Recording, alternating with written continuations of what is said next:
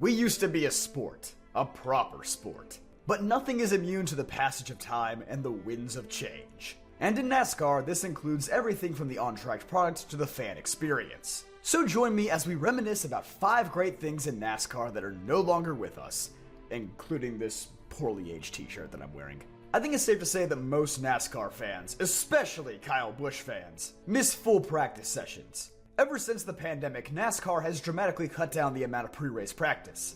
Gone are the days of 2 to 3 practice sessions a weekend, each one lasting roughly an hour. Now we get a whopping 15 minutes per group. And while many have argued that less practice time has actually made the racing product better with teams having less time to dial in their cars, as a fan, it does stink having less on-track action to look forward to, especially if you're camping out at the racetrack all weekend. Between trucks, Xfinity, and Cup, you maybe have half the action you used to get. But speaking of being at the racetrack all weekend, one thing in particular that I miss is Trackside Live. Now, yes, a new version of Trackside has recently popped up at select tracks over the past couple of years with Kenny Wallace, and while I'm glad it exists, it doesn't feel like it carries the same weight or importance as the old Trackside on Speed Channel. The fact that a live NASCAR talk show is being broadcasted on TV for thousands of people to watch just added so much more energy to the event. Average race fans like you and me could bring huge, bold-colored signs and hope to be on television. But as with 90% of other NASCAR shows, this too bit the dust in the transition from Speed to FS1. Well, might be 100% now with Race Hub getting cancelled. I don't know quite how to say it, but race weekends just felt more important with Trackside. It felt more like a weekend event rather than just a one-day show.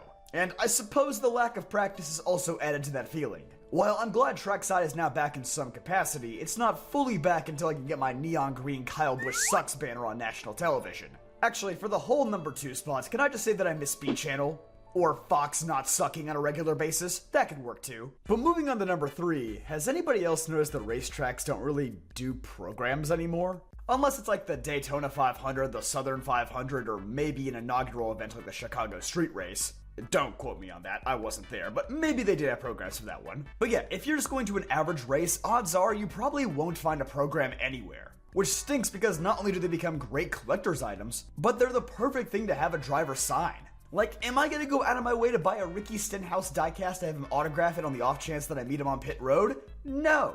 But if I have a program, I can ask any driver to sign that without the fear of rejection. And you know what? The same thing goes for physical tickets. This is the true travesty of the digital age. Once the race is over, the tickets just vanish into the ether. Much like programs, there is no physical collectible to keep afterward. Over the past 5 years or so, the only track that I've gotten physical tickets from is North Wilkesboro, and I'm fairly certain they just do that because it's old-fashioned and nobody else actually does it anymore. So, general racetrack collectibles like programs and tickets encompass my number 2 spot. Like Trackside, they may not be fully gone, but their presence has been significantly reduced. Okay, so before we completely move away from the at-track experience, there is one last point I'd like to hammer home at number 4, and that is the absolute state of Speedweeks in the modern day. I don't even know why they still call it Speedweeks, because it's more like Speed 5 days.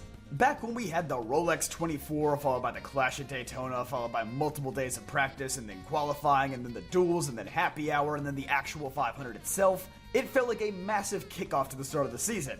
And ever since they've been moving the Clash around and eliminating super speedway practice sessions, it feels like that's all pretty much melted away.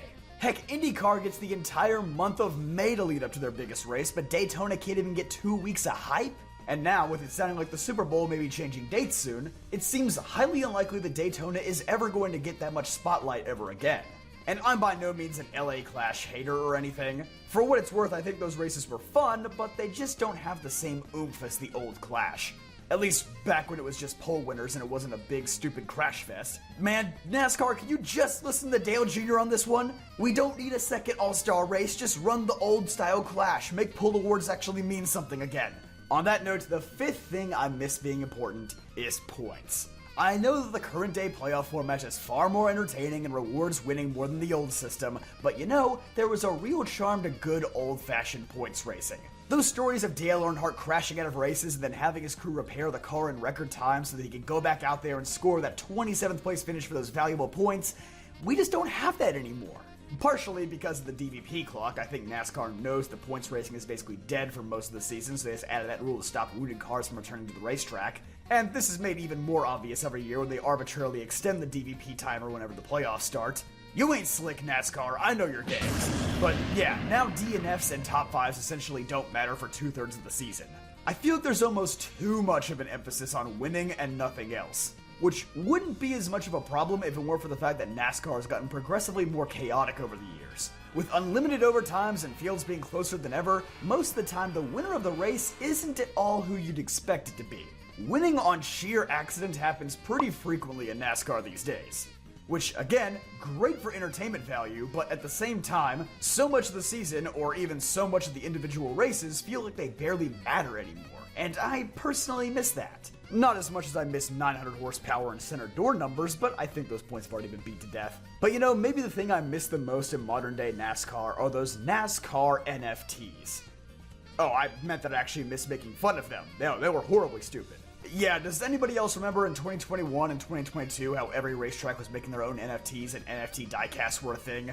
If you don't, then consider yourself lucky. It was pretty cringe. But those are just 5 things that I miss about the old NASCAR. What are things that you miss? Leave them in the comments down below. But don't forget to leave a like in this video if you enjoyed, subscribe for more videos just like this one, and check out dailydownforce.com for more awesome NASCAR content.